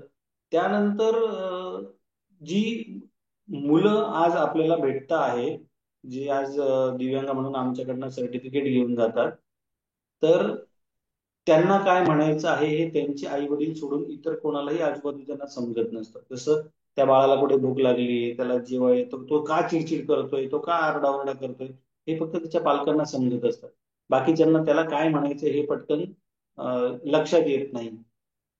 तर संवाद, मुक्त वावर, ह्या सगळ्या गोष्टींमध्ये अडचण येते. आणि कधी कधी ती व्यक्ती एखादं काम करण्यासाठी सक्षम आहे, पण त्याच्याकडे बघण्याचा इतर समाजाच्या घटकांचा दृष्टिकोन संकुचित असल्यामुळे त्यांना रोजगाराच्या संधी तेवढ्या मोठ्या प्रमाणात उपलब्ध होत नाही. उदाहरणार्थ माझा सौम्यवती मंदत्व असलेला जर एखादा विद्यार्थी असेल तर तो आज ITI मध्ये ऍडमिशन घेतोय, तो मोटार मेकॅनिक होतोय, त्याला गाडी रिपेअर करता येते, त्याचा प्रॉब्लेम फक्त लिखाण वाचन आणि बाकीच्या गोष्टींमध्ये प्रॉब्लेम आहे, त्याला हिशोब समजत नाही, त्याला व्यवहार कळत नाहीये, पण त्याच्यामध्ये स्किल आहे. पण केवळ दिव्यांग असल्यामुळे त्याला सर्वत्र सहज स्वीकार मिळत नाही आणि मग त्याला त्याच्या रोजगाराच्या ठिकाणी अडचणी निर्माण होतात. तर मला असं वाटतं की अगदी छोट्या छोट्या टप्प्यांवरती सुद्धा यांना खूप अडचणी येत आहेत. म्हणून आहेत समाजामध्ये मोठ्या मनाची आणि यांना सामावून घेणारी चांगली व्यक्तिमत्व सुद्धा आहेत, ज्यांनी स्वतःच्या कंपन्यांमध्ये अशा दिव्यांग बांधवांना खास काम करण्याच्या, त्यांच्या ॲबिलिटी प्रमाणे काम करण्याच्या संधी उपलब्ध करून दिलेल्या आहेत. पुण्यासारख्या मोठ्या शहरांमध्ये, मुंबईमध्ये काही आपली दिव्यांग बांधव, डाऊन सिंड्रोमची मुलं आज कॅफेमध्ये सुद्धा काम करत आहेत. तर मला असं वाटतं की असं सगळ्यांनी मन मोठं करणं गरजेचं आहे. आणि this disability is not on their part only, जसं मुक्तेशनी म्हटलं तसंही आपल्या पार्ट मध्ये सुद्धा आहे की आपण त्यांना सामावून घेऊ शकत नाहीये. सो ही सगळी आव्हानं आपण दूर करू शकतो जर आपण सगळ्यांनी याच्याकडे बघण्याचा दृष्टिकोन बदलला तर. अगदीच. म्हणजे सरांनी जे सांगितलं, मी एकच बऱ्याच वेळा बोलत असतो, भारतामध्ये ना लघुशंकेची सगळ्यात मोठी शंका आहे. खूप म्हणजे आपण म्हणतो खरं लघुशंका, पण ते प्रचंड मोठं म्हणजे अगदी ठीक आहे, पुरुषांचं मी त्यातल्या त्यात ओके ओके म्हणेल, स्त्रियांचा प्रॉब्लेम आहे. आणि त्यातल्या त्यात जे सरांनी सांगितलं, म्हणजे हा मी म्हणालो ना सर, बरेच नवीन पॉईंट सांगतात, अगदी आमच्यासाठी सुद्धा नवीन आहेत. हे छोट्या छोट्या गोष्टी आहेत. मग ह्यालाच अनुसरून मी पुढे जाईल की निलेश सर आहे ना आमचे स्ट्रेस मॅनेजमेंट वरती अगदी सायकॅट्रिस्ट लोकांचा सुद्धा स्ट्रेस घालवणारे डॉक्टर आहेत. तर मी त्यांनाच विनंती करेल की जेव्हा असं दिव्यांग व्यक्ती घरामध्ये असते किंवा आपल्या नातेवाईकांमध्ये असते, तेव्हा त्या पालकांनी त्यांचं स्वतःचं मानसिक आरोग्य, आपण म्हणूया सामाजिक आरोग्य, हे कसं सांभाळावं किंवा याविषयी काय माहिती द्याल सर? खूपच चांगला प्रश्न आहे. आमच्याकडे सिव्हिलला म्हणजे आता गेल्या 10 वर्षामध्ये सरासरी वर्षाला 1000 सर्टिफिकेटच्या आसपास जरी म्हटलं तरी 0 ते 18 वयोगटाची वेगळी आणि 18 पेक्षा मोठ्या माणसांची वेगळी, तर असे किती 10,000च्या वरती 15,000च्या आसपास जवळजवळ फक्त बुद्धीशी निगडीत सर्टिफिकेट दिले गेलेले आहेत. शारीरिक दिव्यांग खूप वेगळे, डोळ्यांचे दिव्यांग सगळे वेगळे आहेत. त्यातल्या त्यात होतं काय आहे की जे भौतिक दिव्यांग पाल्य ज्यांचं आहे त्यांना खूप मोठ्या समस्येला सामोरं जावं लागतं. कारण ज्या वेळेला त्या पाल्याचंही वय वाढत जात आहे, पालकही वृद्धावस्थेकडे जात आहेत आणि त्यांना प्रश्न असतो की आमच्या नंतर याचं काय होणार, आमच्या नंतर याचा कोण सांभाळ करणार. कारण इथे विवंचना फक्त सांभाळण्याची नाही, तर जसं अनिता मॅडमने मगाशी सांगितलं तसं त्याच्या सामाजिक सुरक्षेची पण जबाबदारी आहे, त्याच्या आर्थिक अडचणींची पण जबाबदारी आहे. तर मला असं वाटतं की हे सगळं करत असताना छोट्या छोट्या गटाने काही लोक जर एकत्र आले तर ते खूप चांगलं आणि मोठ्या प्रकारचं काम करू शकतात.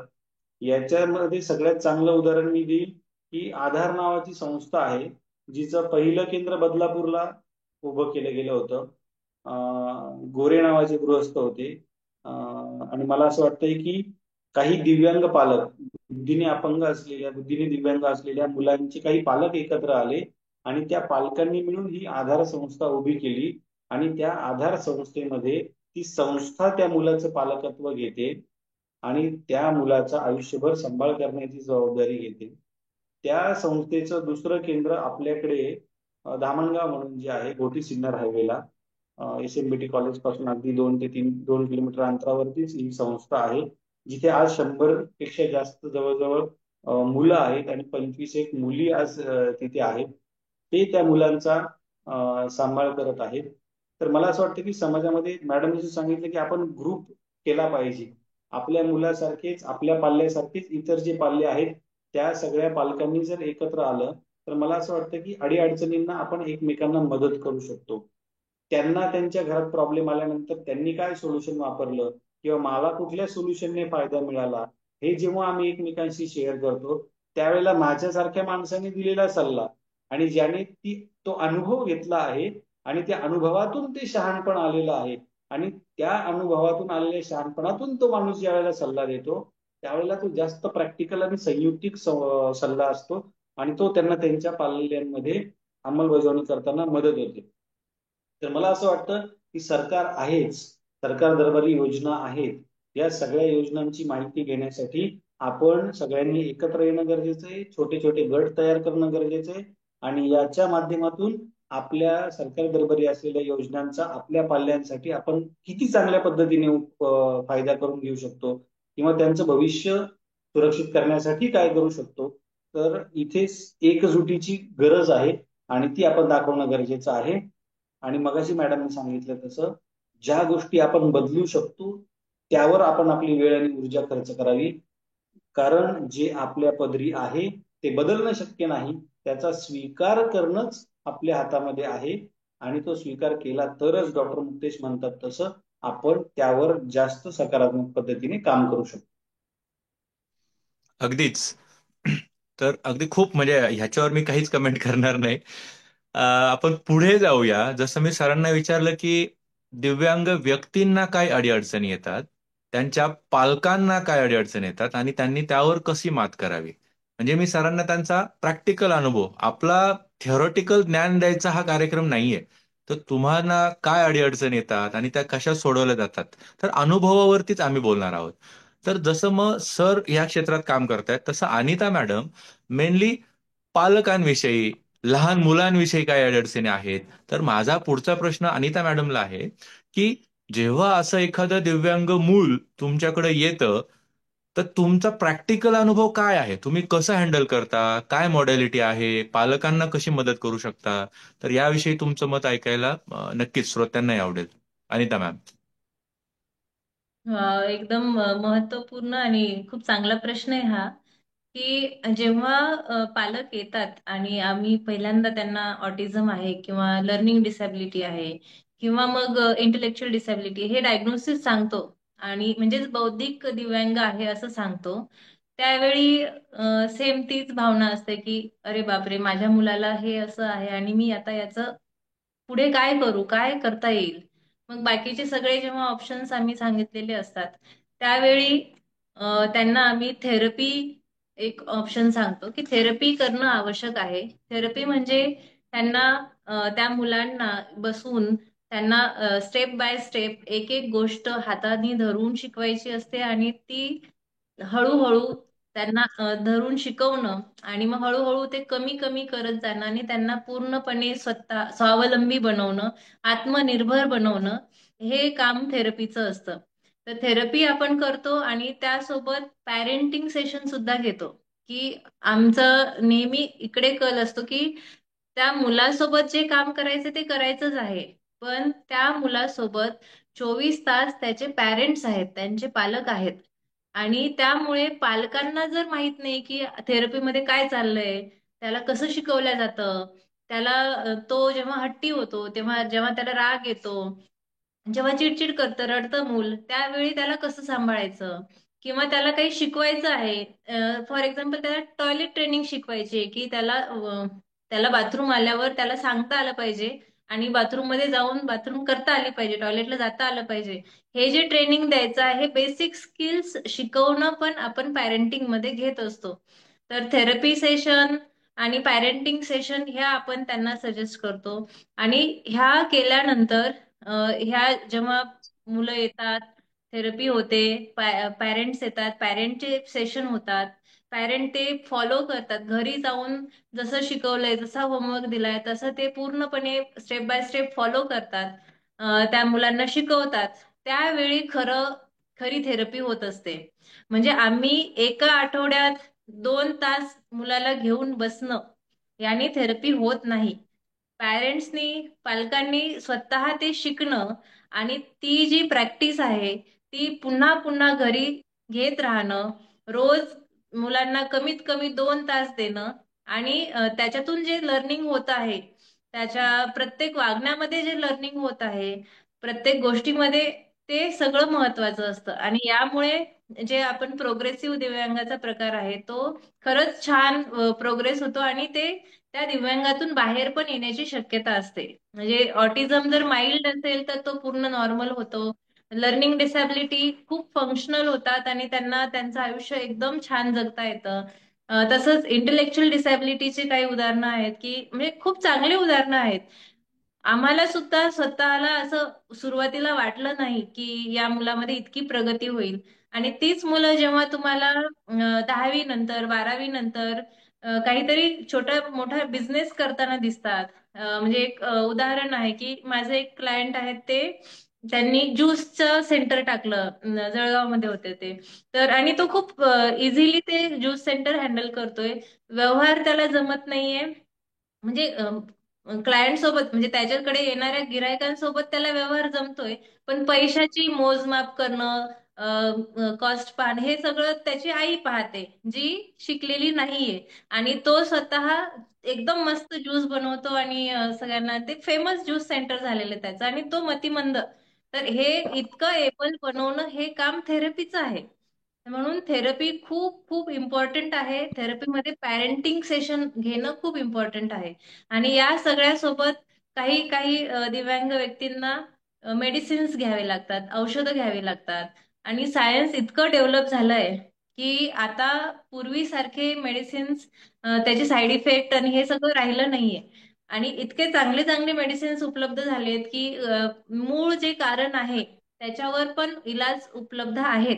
तर मेडिसिन्सला न घाबरता त्यांचे साईड इफेक्ट काय होतील किंवा ह्या सगळ्यांना न घाबरता इतर लोकांचं म्हणणं न ऐकता तुम्ही औषधं सुद्धा पूर्ण व्यवस्थित सांगितल्याप्रमाणे फॉलो करणं. त्या सगळ्यांनी जर म्हणजे तुम्हाला आम्ही जेव्हा मॅनेजमेंट म्हणतो त्यावेळी टीम अप्रोच असतो की फक्त त्या पॅरेंट्सला काही करायचं नाही किंवा फक्त थेरपिस्ट किंवा डॉक्टर सगळं करू शकत नाही. टीम असते. Doctor, therapist, speech therapist, occupational therapist झालं, पॅरेंट्स, शिक्षक हे सगळे मिळून जेव्हा एकत्र येतात आणि सगळे मिळून प्रयत्न करतात तेव्हा ते मॅनेजमेंट म्हणजे तेव्हा ती ट्रीटमेंट त्याची पूर्ण होते आणि त्याच्यातून प्रोग्रेस होतो. म्हणजे तो चांगला चांगलं आयुष्य फंक्शनल आयुष्य जगू शकतो. तर हे थेरपीचं महत्व पॅरेंट्सने समजून घेतलं पाहिजे आणि त्यानुसार त्यांनी त्या सगळ्या गोष्टी सिरियसली शिकवल्या पाहिजे आपल्या मुलांना. सर. अगदीच. तर थोडासा वेळ झालाय आम्हालाही कळतंय, पण विषयच असा आहे की खूप थोडक्यात दिला तर त्याच्यातलं गांभीर्य लोकांना कळणार नाही, आणि खूप पसरवला तरी लोक ऐकणार नाहीयेत. तर एक मधलं करण्याचा आम्ही प्रयत्न करतोय. थोडा वेळ झालाय मला मान्य आहे, पण थोडं आणखी एक शेवटाकडे आलेलो आहोत आपण. तर माझा जेजुरकर सरांना, निलेश सरांना प्रश्न आहे की आपण दिव्यांगांविषयी माहिती घेतली, किती प्रमाणात आहे ते घेतलं, त्यांच्या अडीअडचणी जाणून घ्यायचा प्रयत्न केला, पालकांच्या अडीअडचणी पाहिल्या, ट्रीटमेंट किंवा थेरपीकडे जेव्हा घेतलं किंवा येतात लोक त्यावेळेस काय केलं जातं हे आपण पाहिलं. पण मग सगळ्यात महत्वाचा प्रश्न उरतो की डिझॅबिलिटी सर्टिफिकेट. की ठीक आहे ना, हे सगळं आहे आहे पण आपल्याकडे म्हणतात ना, कागद बोलतो. तर मग हे सर्टिफिकेट कसं मिळवायचं किंवा ते कोणाला मिळतं किंवा त्याची काय प्रक्रिया आहे, याविषयी आम्हाला थोडक्यात माहिती द्याल sir. Doctor Nilesh sir. Yes. आता हा खरं तर खूप महत्वाचा आणि प्रॅक्टिकल विषय आपला आहे की ज्याच्याबद्दल मला सगळ्यांना सांगावं वाटेल की थोडं शांतचित्ताने आपण ऐकून घेणं गरजेचं आहे. कारण हा टेक्निकल विषय आहे. आणि टेक्निकल विषय अशासाठी आहे की इथे 1+1=2. इथे कुठे आपल्याला इमोशन्सचा विचार करता येत नाही. हे सगळं का करायचं याच्याबद्दल मला खूप आत्ता जस्ट आपल्या सगळ्यांशी बोलत असताना मनामध्ये एक विचार आला की आपण हे सगळं का करणं गरजेचं आहे. तर आपण जर एक नजीकच्या भूतकाळाकडे आपल्या बघितलं तर 2 ऑलिम्पिक पार पडले. एक नॉर्मल ऑलिम्पिक झालं आणि एक पॅरा ऑलिम्पिक झालं. आणि मला असं वाटतंय की पॅरा ऑलिम्पिक मध्ये भारताने इतक्या मोठ्या प्रमाणामध्ये मेडल्स मिळवली की आपण काय म्हणजे काय म्हणायचं, त्यांनी आपलं नाव सुवर्ण पदक मिळवून जागतिक पातळीवरती अतिशय उंच ठिकाणी नेऊन ठेवलं. आणि जिथे नॉर्मल ऑलिम्पिक जे रेग्युलर ऑलिम्पिक होतं तिथे आपल्याला अजूनही तेवढ्या प्रकारामध्ये तेवढ्या प्रमाणामध्ये यश मिळवता येत नाही आहे. तर मला असं वाटतं की आपण जर आपल्या या बांधवांना चांगल्या प्रकारचं व्यासपीठ उपलब्ध करून दिलं तर ते नक्कीच फक्त स्वतःसाठीच नाही तर देशासाठी सुद्धा खूप उत्तम प्रकारे आपल्याला नाव करू शकतात. आता मुद्दा हा आहे की हे सगळं सर्टिफिकेट कसं कसं मिळवायचं, सर्टिफिकेट मिळवताना काय करणं गरजेचं आहे. अतिशय समर्पक नाव असलेली वेबसाईट उपलब्ध आहे जी पेशंटच्या बाजूने वापरण्यासाठी अत्यंत सुलभ आणि सोपी आहे. त्यासाठी आपल्याला काय हवं आहे, स्वावलंबन कार्ड .gov.in ही संपूर्ण भारतासाठी उपलब्ध असलेली एकमेव वेबसाईट आहे. पूर्वी प्रत्येक राज्याचं वेगळं वेगळं डिसॅबिलिटी सर्टिफिकेट उपलब्ध असायचं.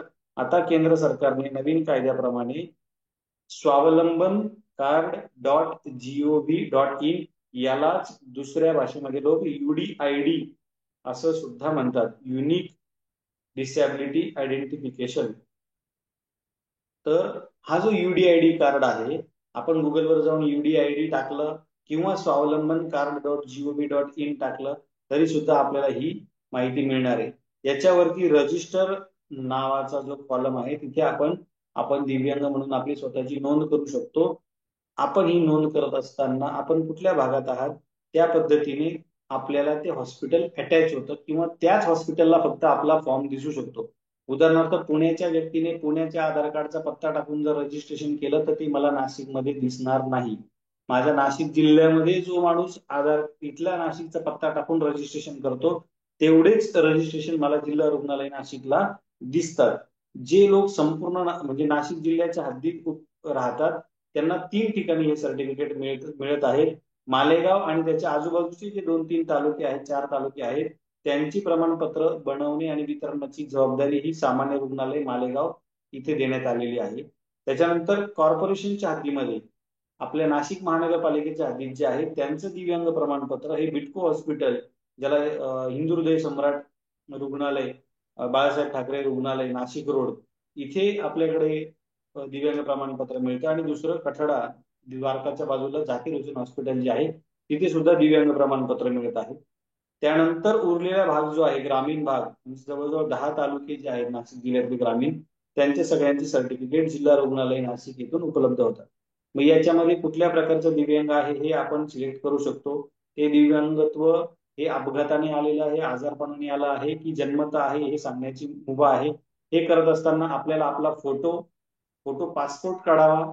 जरी आपण पायाचं दिव्यांग असलं तरी पूर्ण फोटो अपलोड करण्याची गरज नाही, कारण फोटो सर्टिफिकेटवर दिसला पाहिजे, माणूस ओळखायला आला पाहिजे. डॉक्युमेंटसाठी आपण तो नंतर मोठा फोटो B2 साईजचा लावूया, पण पासपोर्ट साईजचा फोटो अपलोड करा. त्या दिव्यांग व्यक्तीची सही किंवा अंगठा. अंगठा अशासाठी की जे बुद्धीने दिव्यांग आपले आहेत तर त्यांच्यासाठी म्हणून आपल्याला अंगठ्याची सुविधा आहे. तर त्यांनी तो अंगठा आपला ठसा स्कॅन करून अपलोड करायचा आहे. आपलं ओळखपत्र म्हणून आपण आधार कार्ड अपलोड करायचं आहे आणि आधार लिंक सर्टिफिकेट करून घ्या. बरेच लोक म्हणतात की आमच्याकडे आधार कार्ड नाही. आधार कार्ड काढणं आवश्यक आहे, कारण उद्या जर सगळ्या सुविधा आधार लिंक झाल्या तर आपला दिव्यांग पाल्य किंवा आपला बांधव याच्यापासून वंचित राहू नये म्हणून आपलं सर्टिफिकेट हे आधार लिंक असलेलं कधीही चांगलं. म्हणून आधारचा नंबर टाकून आयडेंटिफिकेशन कार्ड टाकून आपण ते सर्टिफिकेट अपलोड करायचे. पत्त्यासाठी तुम्ही रेशन कार्डचा वापर करू शकता. तर हे सगळे डॉक्युमेंट आपल्याला अपलोड करायचे आहेत. हे सगळे अपलोड करून जेव्हा होईल तेव्हा तुम्हाला एक रिसिप्ट प्रिंट करून मिळते. ती रिसिप्ट प्रिंट करून आपण ज्या भागामध्ये आहात, कॉर्पोरेशनच्या हद्दीतले लोक बिटको हॉस्पिटल झाकीर हुसेन, ग्रामीण भागातले लोक जिल्हा रुग्णालय किंवा सामान्य रुग्णालय मालेगाव, इथे ती पावती घेऊन जायची. नाशिक सिव्हिलचा वार आहे बुधवार, मालेगावचा वार आहे बुधवार. नाशिकचा वर्कलोड खूप जास्त आहे म्हणून एक ऍडिशनल बुधवार बरोबर आपण शुक्रवारीही कामकाज करतो. आणि माझ्या मते बिटको हॉस्पिटल आणि झाकीर हुसेनला गुरुवार या दिवशी कामकाज दिव्यांग विभागाचं चालतं. या दिवशी आपण तिथे जायचं. त्या विषयातले तज्ज्ञ त्या दिवशी उपलब्ध असतात. आपल्या दिव्यांग पाल्याची तपासणी आपण करतो.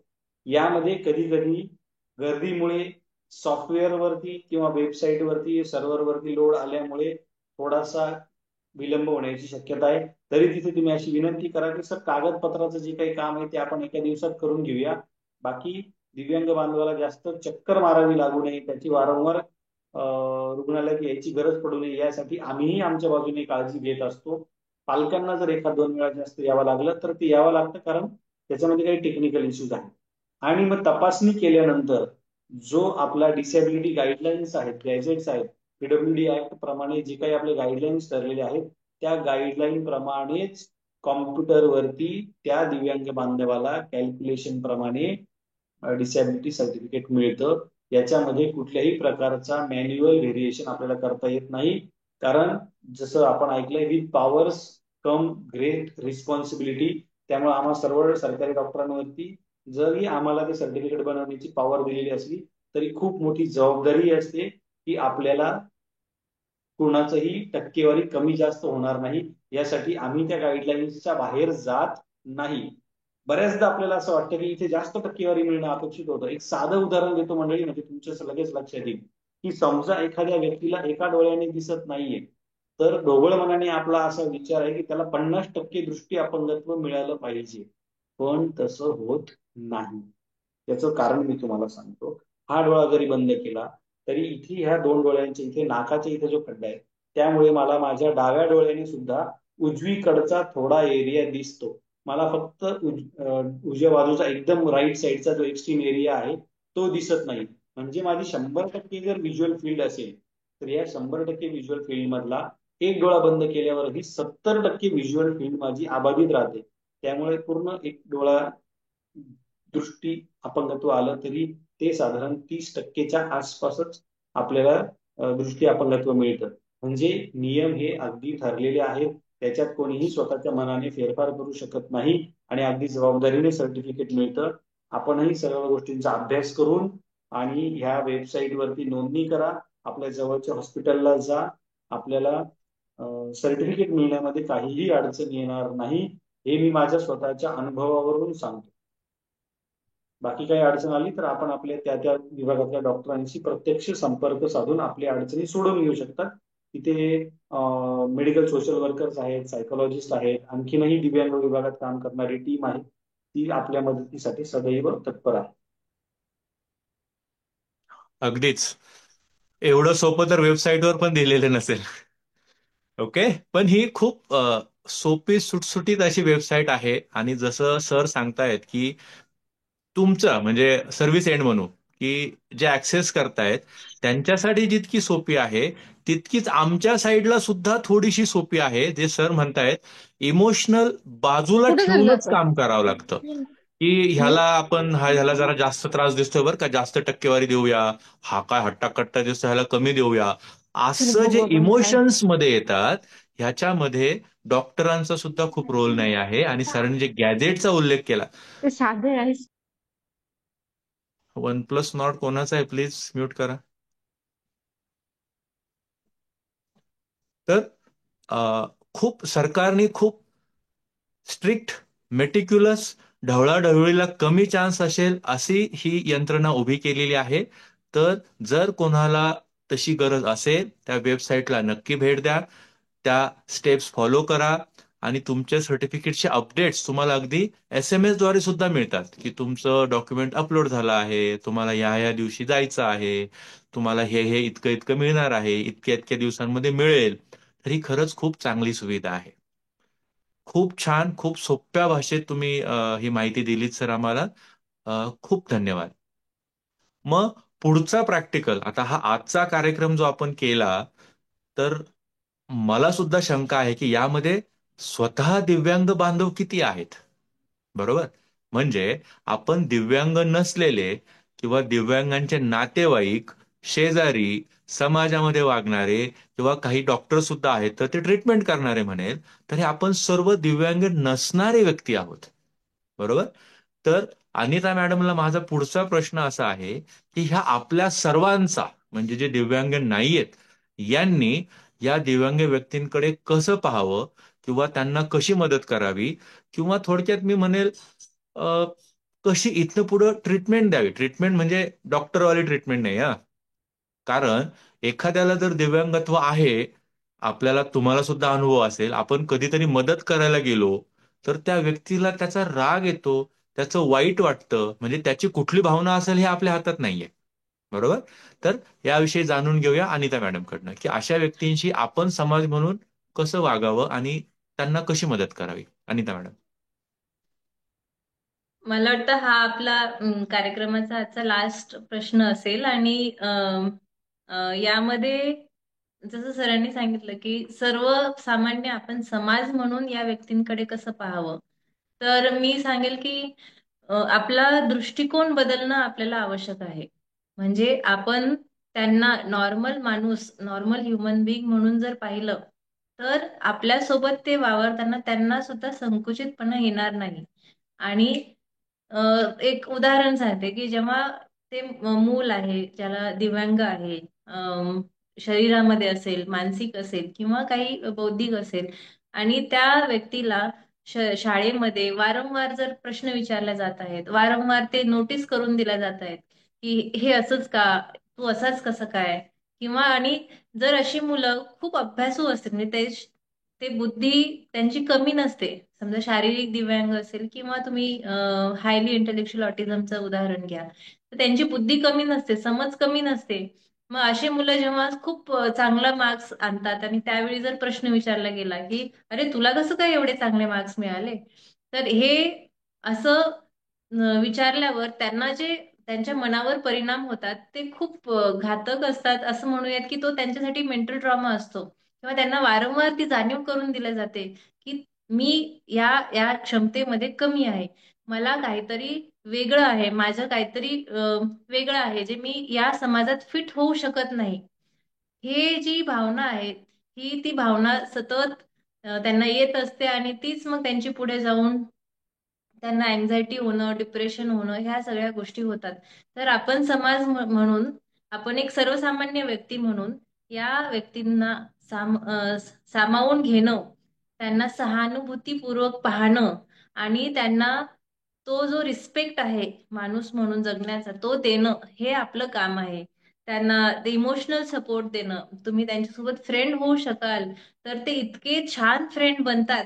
त्यांच्याकडे ती स्पेशल ॲबिलिटी काय आहे ते जर तुम्ही ओळखू शकाल, तर तुम्हाला त्यांच्या इतका चांगला फ्रेंड कोणताच मिळणार नाही. म्हणून दिव्यांग व्यक्तीकडे तुमचा पाहण्याचा दृष्टिकोन बदला, आणि इतरांनाही हे आपण, मला वाटतं, जनजागृती सारखे कार्यक्रम करून सांगायला पाहिजे की आपण सर्वांनी मिळून असे ग्रुप्स बनवावे, असे दिव्यांग फ्रेंडली चांगले त्यांना वापर करता येईल, त्यांच्या सोयी सुविधा आपण तशा उपलब्ध करून देऊ शकतो. आणि मग हा समाज आहे किंवा शासन निर्णय आहेत किंवा लॉच्या ठिकाणी पोलिसांच्या, ह्या प्रत्येक लेवलला आपण काही ना काही करू शकतो. आणि तरच आपण मानव जातीसाठी काहीतरी चांगलं केलंय असं मी म्हणेल. आणि हा त्यामुळेच असे कार्यक्रम आपण करतोय. सर तुम्ही सांग. तर अगदीच समर्पक भाषेत मी म्हणेल की स्वीकार, म्हणजे अगदी बॉटम लाईन किंवा एका शब्दात जर आजचा सारांश म्हणालो आपण, तर स्वीकार करायला हवा. आणि जे काही आपले त्यांना काय काय मदत उपलब्ध आहे, त्यांचे अधिकार, त्यांची जाणीव, सरकार दरबारी कशी यंत्रणा आहे, त्याची माहिती आम्ही या कार्यक्रमातून देण्याचा प्रामाणिक प्रयत्न केला आहे. ठीक आहे. तर मी निलेश जेजुरकर सरांना विनंती करतो की काही शेवटचे इनपुट्स द्यायचे आहेत सर तुम्हाला, कारण क्वेश्चन्स खूप नाही आहेत असे. सर्वांनी फक्त कॉम्प्लिमेंटच दिल्यात. थँक्यू सर्व श्रोत्यांचे मनापासून आभार की छान आहे, छान माहिती मिळाली, ज्ञानवर्धक. क्वेश्चन्स आहेत कोणाला? अगदी आताही आहेत. ऑलमोस्ट. चांगली गोष्ट शेवटचं काय ना ह्या मीटिंगची, की 55 मेंबर्स होते आणि कन्सिस्टंटली 55 मेंबर होते. म्हणजे हे आपलं मार्गदर्शक जे आहेत त्यांचं खरंच यश आहे की किचकट विषय आहे, समाजासाठी थोडासा बोरिंग असा विषय आहे, पण तरी सुद्धा एवढ्या लोकांना तुम्ही खेळवून ठेवलायत. खूप मोठी गोष्ट आहे. तर क्वेश्चन नाही आहेत सर, काही मला इनपुट वाटतं एक द्यायचे प्रश्न निलेश सर? आहे शेवटी. हॅलो. हॅलो. हा, बोला बोला प्लीज. हा की पाटील म्हणून आहे, त्यांचं मेडिसिन कोणाला आणि किती इयर्स देऊ शकतो, प्लीज एक्सप्लेन करा डॉक्टर.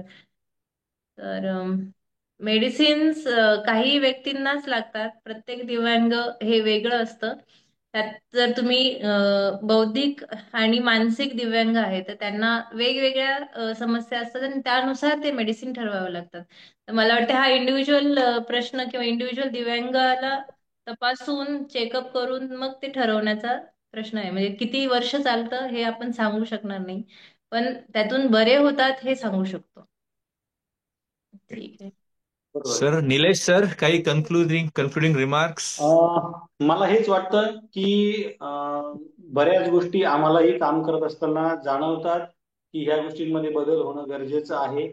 यातली सगळ्यात सोपी एक गोष्ट मी तुम्हाला सांगतो की स्वावलंबन कार्ड, यूडीआयडी कार्ड बनवण्यामागचा सरकारचा उद्देश हा होता की हे एकच कार्ड दाखवल्यानंतर त्या दिव्यांग बांधवाला सर्व सवलती सर्व ठिकाणी सर्व योजनांसाठी उपलब्ध झाल्या पाहिजे. त्याच्यावर बारकोड असतो, तो बारकोड जर स्कॅन केला गेला तर त्याला कुठेच अडचणी यायला नको. जो माणूस तो स्कॅन करणार त्याला त्याची सगळी माहिती कळेल की कुठे ते सर्टिफिकेट तयार झालंय, कधी तयार झालंय, काय तपासण्या झाल्या आहेत, ही सगळी माहिती त्याच्यावर असेल. पण आजही रेल्वेसाठी वेगळा कन्सेशन फॉर्म भरावा लागतो. त्याच्यासाठी पुन्हा त्या दिव्यांग बांधवाला हॉस्पिटलला दर 3-4 वर्षांनी चक्रा माराव्या लागतात. तर ही जी युनिफॉर्मिटी आहे ही सरकारी दरबारी येणं जर आवश्यक असेल तर कर्मचारी म्हणून आम्हाला स्वतःला काही मर्यादा येतात. इथे तुम्ही सर्व दिव्यांग बांधवांनी आणि त्यांच्या पालकांनी एकजूट होणे आणि याबाबत सरकारला ठोस लवकरात लवकर पावलं उचलायला लावणे की ज्या योजना आहेत त्यांचं किती चांगल्या पद्धतीने समाजासमोर सादरीकरण होतंय आणि त्याचं इम्प्लिमेंटेशन किती चांगल्या पद्धतीने होतंय हे तपासून बघणं गरजेचं आहे. यासाठी मला असं वाटतं की तुम्ही सर्वांनी एकत्र या, एकजूट करा. खूप योजना आहेत त्या कागदावरती खूप चांगल्या आहेत, बऱ्यापैकी चांगल्या पद्धतीने अंमलात येत आहेत, पण अजूनही याच्यामध्ये सुधारणा करण्यासाठी मला असं वाटतं की शक्य आहे. आरोग्य विभागाकडनं आमचं काम सर्टिफिकेट देणं आहे, पण ते सर्टिफिकेट मिळाल्यानंतर त्या दिव्यांग बांधवाला जे त्याचे सर्व इतर गोष्टी आणि सुविधा उपलब्ध होणं गरजेचं आहे. त्यासाठी मला असं वाटतं की योग्य पद्धतीने आणि सकारात्मक पद्धतीने आपण पुढे येणं गरजेचं आहे. सर एकच क्वेश्चन आलाय, मी कन्क्लुडिंग केलं म्हणालो, पण हं? आपल्यातले बऱ्याच जणांना डिमेन्शिया, आता हं. भारत असं म्हटलं जातं की 2035-40 पर्यंत डिमेन्शिया कॅपिटल म्हणजे जगातले सर्वात जास्त स्मृतिभ्रंश आजाराचे रुग्ण भारतात असणार आहेत. तर यांच्या नातेवाईकांना काही बेनिफिट्स आहेत का, असा क्वेश्चन आहे. सध्या आहेत का असं म्हणूया आपण. हा. आता सध्या तरी आपल्याकडे डिमेन्शियाला आपण डिसॅबिलिटी या कॅटेगरीमध्ये बघत नाही आहोत. त्यामुळे त्या डिसॅबिलिटीचे जे काही बेनिफिट आहेत ते आपल्याला याच्यात मिळत नाही आहेत. हा, पण ओके. ज्यांच्या घरामध्ये स्मृतिभ्रंश, तीव्र स्वरूपाचा स्मृतिभ्रंश असलेले व्यक्ती आहेत, जे उपचार घेत आहेत आणि तरीही त्याच्यामध्ये सुधारणा होत नाही, तर इथे त्याची काळजी घेणाऱ्या, त्याचा जो केअरटेकर आहे त्याला तो जर नोकरीमध्ये असेल किंवा तो जर इन्कम टॅक्स भरत असेल तर तिथे काही बेनिफिट्स मिळू शकतात. कारण माझ्याकडे काही मुलं येतात ज्यांच्या पालकांना डिमेन्शिया आहे आणि ते नित्यनियमाने उपचार पण घेत आहेत. तर त्या डिमेन्शिया असलेल्या पालकांसाठी म्हणून त्याचे जे केअरटेकर आहेत त्यांना नक्कीच थोड्याफार प्रमाणात सध्याच्या परिस्थितीमध्ये काही फायदे मिळू शकतात. पण मला असं वाटतं की याच्यावरती अजून तो डिसेबिलिटी कॅटेगरीत येत नसल्यामुळे फार फायदे ओके. नाही. बरोबर बरोबर. आणि एक शेवटचा प्रश्न घेऊया फक्त आपण आता. आय थिंक अनिता मॅडमला हा प्रश्न असेल. डॉक्टर शरद गोराडे सरांनी विचारलाय, दिव्यांग व्यक्तीच जर पालक असेल तर त्यांच्यासाठी काय आपण मदत, सल्ला, माहिती देऊ शकतो, की पॅरेंटिंग बाबा यांनी कसं आपलं पालकत्व हम्म. किंवा पालकत्वाची जबाबदारी हाताळावी. दिव्यांग व्यक्तीच जर पालक असेल तर त्यांना स्वतःला आधी सांभाळावं लागतं आणि त्यांना एक ती सतत कल्पना असते की मला, किंवा भीती असते की मला माझ्या मुलाला किंवा मुलीला पूर्ण अनुभव देता येणार नाही. आणि पण मग ह्या सगळ्या प्रॉब्लेम्स कडे न पाहता सोल्युशन काय असू शकतं, म्हणजे आपण जसं म्हणतोय की सोल्युशन फोकस ऍटिट्यूड, दृष्टिकोनच असा ठेवला की आपल्याला फक्त पर्याय काय असतील, याच्यावर आपण कसं सॉल्व्ह करू शकतो याच्याकडे लक्ष दिलं तर आपल्याला नक्कीच वेगवेगळे पर्याय सापडतात. आणि जेव्हा आपण जर दिव्यांग व्यक्ती आहे पण त्याचे पाल्य हे नॉर्मल आहे तर त्यांच्यामध्ये नक्कीच ती एक अंडरस्टँडिंग असते. आपण इमोशनल लेवलला तेवढे त्यांना स्किल्स शिकवू शकतो आणि त्या मुलांना ती अंडरस्टँडिंग असते आणि ते तेवढं एम्पथेटिकली समजून घेऊ शकतात त्यांच्या पालकांना. म्हणून तुम्ही जर गिल्ट घेऊन ती पॅरेंटिंग केली तर पॅरेंटिंग व्यवस्थित होणार नाही. पण तुम्ही स्वतःला स्वीकारलं आणि पॅरेंटिंगला स्वीकारलं तर ते व्यवस्थित होऊ शकतं. ओके. आय थिंक आता आपण थांबावं, भरपूर वेळ झालेला आहे. आता प्रश्न विचारत आहात, डाऊन सिंड्रोमचे बेबी पण दिव्यांगमध्ये येतात का? मीच हो. थोडक्यात उत्तर देतो, हो येतात. कारण त्यांच्या आपण जे इंटेलेक्च्युअल डिझॅबिलिटी बोलतो, तर ह्या कॅटेगरीमध्ये त्यांना नक्कीच डिझेबिलिटी सर्टिफिकेट मिळतं. ओके. तर आपण थांबूया आज. तर आज मी दोन्हीही आपल्या मान्यवरांचे मनापासून आभार मानतो की तुम्ही खूप छान, सोप्या, सहज अशा शब्दांमध्ये एवढ्या क्लिष्ट, किचकट गोष्टींची मांडणी केलीत. अगदी आम्ही सुद्धा कधी कधी शब्द शोधताना अडखळतो की नेमकं चुकीचा शब्द नको बाबा जायला. पण हे इतकं सहज तुम्ही हाताळलात, यावरून तुमचं या क्षेत्रातलं सिद्धहस्तपणा लक्षात येतोय. दुसरी गोष्ट, ह्या कार्यक्रमातनं म्हणजे आम्ही ना नंबरला खूप महत्व देत नाही. आमचे काही प्रोग्राम्स अगदी 150 लोकांनी पण अटेंड केलेत, काही प्रोग्राम अगदी 30 लोकांनी पण अटेंड केलेत. पण आम्ही त्याच मनापासून जेन्युइनली जी खरी माहिती आहे ते देण्याचा प्रयत्न करतो. आणि आजचा हा कार्यक्रम मी परत सांगेल, 55 लोकांनी, अगदी आम्ही तिघं सोडून द्या, 50 लोकांनी खूप कन्सिस्टंटली ऐकलात. आणि ह्या 50 लोकांपर्यंत आम्ही ह्या डिजिटल माध्यमातून पोहोचू शकलो. तर ही सुद्धा आपल्या म्हणजे खूप मोठी क्रांती आहे. हीच जशी मदत आपल्याला मिळाली, म्हणजे आपण सुद्धा आता स्मार्टफोनमुळे स्पेशली एबल्ड झालोय की आपण लांब बसून सुद्धा एकमेकांना पाहू शकतो, बोलू शकतो. तर भविष्यामध्ये आपण आपल्या या दिव्यांग बांधवांना अशीच, जशी स्मार्टफोनने आपल्याला मदत केली आहे एकमेकांशी कनेक्ट होण्यामध्ये, तशी जर त्यांच्या आयुष्यामध्ये कुठेतरी जी उणीव असते ती आपण भरून काढू शकलो, त्यांना जमेल तशी मदत करू शकलो, तरी सुद्धा आजच्या या कार्यक्रमाचं आणि आजच्या या दिवसाचं सफल, किंवा त्याचा जो उद्देश आहे तो सफल झाला असे आपण म्हणूया. तर दोन्ही मान्यवरांचे परत एकदा मनापासून आभार, सर्व श्रोत्यांचे मनापासून आभार. आणि हा कार्यक्रम संपला असं मी जाहीर करतो. नमस्कार.